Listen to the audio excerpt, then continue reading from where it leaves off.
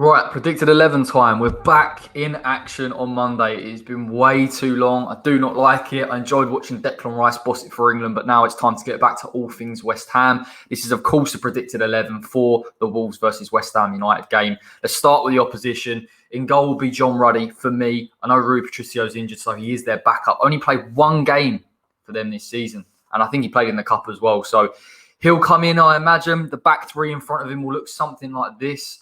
Romain Saiss, Connor Cody and Willy Bolly. Decent defenders, to be honest. I think Cody, obviously, we've seen him get the England call up. Probably doesn't deserve it on form this season, but previously in a back three has been impressive. Willy Bolly is a real physical presence that's good from defending set pieces, and they've missed him at times this season. Romain Saiss is probably the more maverick of the two. Sometimes positionally he's caught off a little bit. Great from set pieces in terms of being a threat. You feel from open play, he's a weak point that West Ham can look to exploit. Midfield for Wolves. They'll have fullbacks in there or wingbacks even. So you'll have Johnny on the left, Nelson Semedo on the right with Ruben Neves and Moutinho down the middle. Again, Semedo's coming from Barcelona. Has not done too bad this season. Things improved as time's gone on, but equally he's not really lived up to that price tag they brought him in for. Johnny's come in. He's been injured for the majority of the season and they're trying to get him back into the rhythm of things. He's been coming off around the 60-minute mark for Wolves this season so far. So I imagine after an international break, he'll start and he possibly will stay for the full 90. Neves and Moutinho are their stars. Neves came in the Championship. Moutinho first season in the Premier League.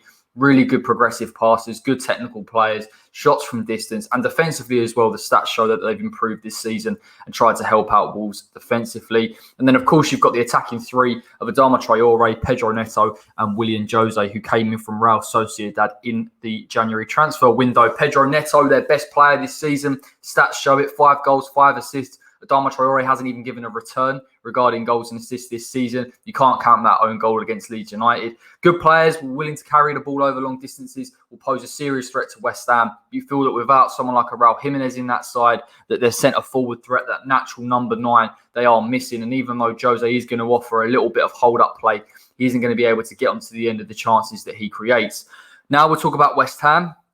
I think we go to a 4-2-3-1. I don't think we play wing-backs. I know Arthur's kicking in and around training. Moy said he's not fully fit, so I don't imagine we'll see him. Angelo's training as well, but we won't see him either. So there's a few injuries kicking in and around, but I can't see West Ham changing this side too much from last time out, other than a few exceptions. Fabianski in goal. Didn't play for Poland over the World Cup qualifiers, which I'm really happy about. I think keeping him fit and fresh for these type of games and the running that we've got is hugely important. So really buzzing to see him in goal. Back four will look very similar. Vladimir Soufal, who's coming off international duty. Issa Diop and Craig Dawson in the centre with Aaron Creswell on the left. And let's hope we bring in a man that's going to give Creswell a little bit of protection against Adama Traore. Soufal's got his hands full as well with an informed Pedro Neto and ultimately Wolves' best player.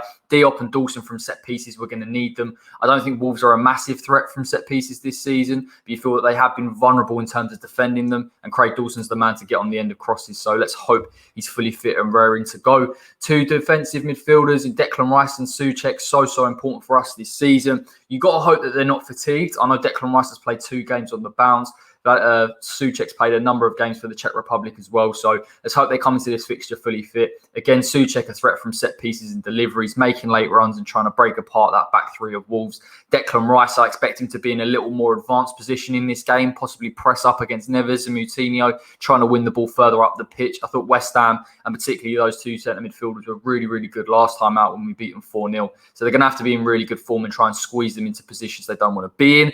The attacking midfield 3 will look like this. I believe Pablo Fornals will come in on the left-hand side, Jesse Lingard at 10, and Jarrod Bowen on the right.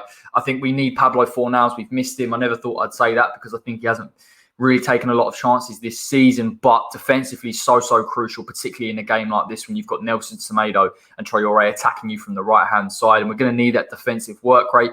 Lingard speaks for himself in terms of the influence. He did score a brilliant goal against Arsenal and a really bit of good quick thinking for the second goal for Jarrod Bowen. So I think a player that can play between the lines, particularly when you've got a back three that isn't really advancing as high and posing them a few questions. If West Ham are brave enough to try and play through those lines, Lingard's the guy to get it on the half turn and create, and equally get him beyond and try and create something even more so. And then you've got Jarrod Bowen on the right. I believe he's going to be coming up against Johnny, and I think Johnny is a decent player, athletic. We'll try and give him a bit of a game, but he has been dribbled past the most this season per 90 when he has played. So there is an opportunity here for Jarrod Bowen to use his pace, use the width a little bit better, and naturally, of course, be a bit more clinical. You'd hope getting that goal against Arsenal will give him a little bit of a confidence boost. And naturally, I think as well, the defensive work rate that he will offer in protecting Soufal from Johnny and Pedro Neto down that left is vitally important. And then you've got the main man up front, Mikel Antonio, who again, I hope that this international break has really given him a rest. He did get... It was important. It was important against Arsenal. He did create a lot of the chances and he missed a sitter. I think he comes back into this game with a refresh and I think having that time to get his fitness up, match fitness as well. You know, he normally starts blowing around 60, 70 minutes. Hopefully we can get 80 minutes out of him in a game like this where, you know, Wolves are defensively decent or at least keep that defensive shape very well and aren't too optimistic in terms of how they play. So we're going to have to try and break them down. And the longer you leave Mikel Antonio on the pitch, the more chances you have of trying to break them apart. We've got options from the bench. Said Benrahma naturally is the main outlet going forward. Other than that, of course, we've only got Manu Lanzini, I think, is going to come in. I think Andrei Yarmolenko's back in training as well, although I don't envisage we'll see him on the bench anytime soon. But hopefully in the next few weeks, we can start to get Angelo Ogbonna, Arthur Mazuaku back in from a wing-back perspective and possibly even see him on the left-hand side if he's going to try and attack teams in a 4-2-3-1. I would be interested to see that positioning from him. In terms of a score prediction for this game, I'm going to go West Ham 2-0. I think we can break them down. I think particularly defensively this season, they haven't been really solid.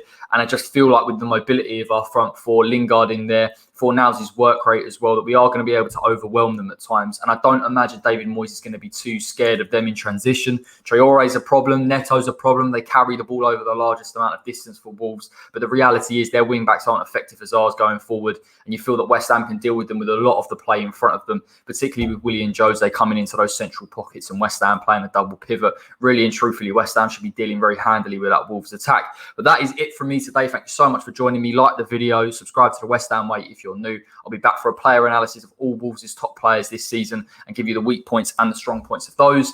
And until next time, everybody, take